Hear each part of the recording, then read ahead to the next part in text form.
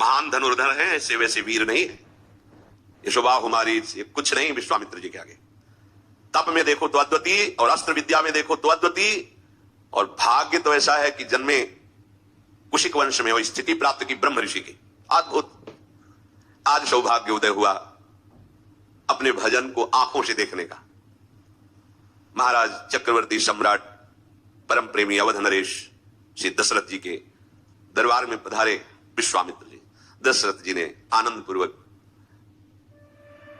आह्लाद आनंद मगन, क्योंकि आनंद सिंधु आंगन में खेल रहा है, तो विचार किया कि आशीर्वाद देने विश्वामित्र जी आए।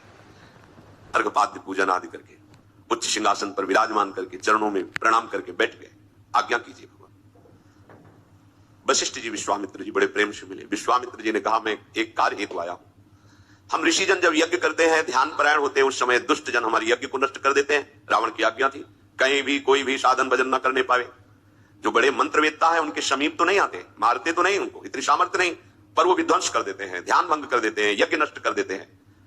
तो हम आपसे प्रार्थना करने आए हैं, मांगने आए हैं आपसे, आप अपने बड़े पुत्र श्री राम को हमें प्रदान कीजिए, जिससे हमारी यज्ञ की रक्षा करेंगे। सावधान होकर रक्षा में रहेंगे तो हम ध्यानस्थ होकर प्रभु का चिंतन करेंगे। ये बात सुनते ही दशरथ जी कांप गए। हाथ जोड़ करके उनके चरणों के समीप जाकर कहा, भगवान यदि आप ये सम्राट पद मांगे तो अभी मैं छोड़कर चला जाऊं, प्राण मांगे तो मैं अभी दे दूं।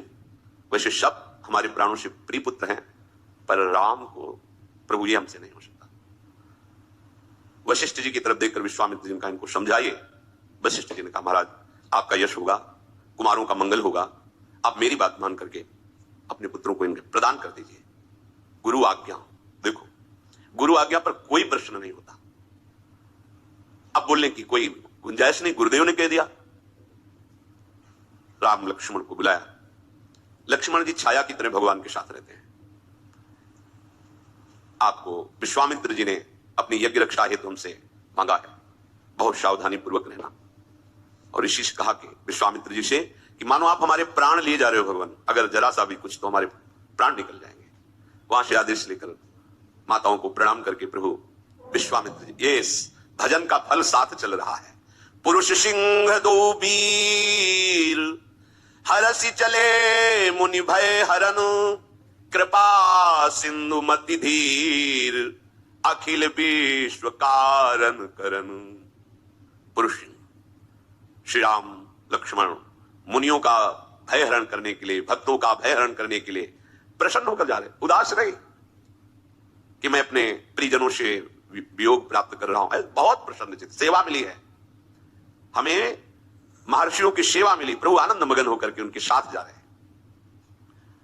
अरुणिमा छाई हुई कमल नयन, विशाल वक्षा स्थल, अजान बाहु लंबी भुजाएं, नील कमल श्याम तमाल के समान कांति, बिजली की कांति जैसा पीतांबर धारण किए हुए, तरकस पीठ पर और धनुष बाण हाथों में।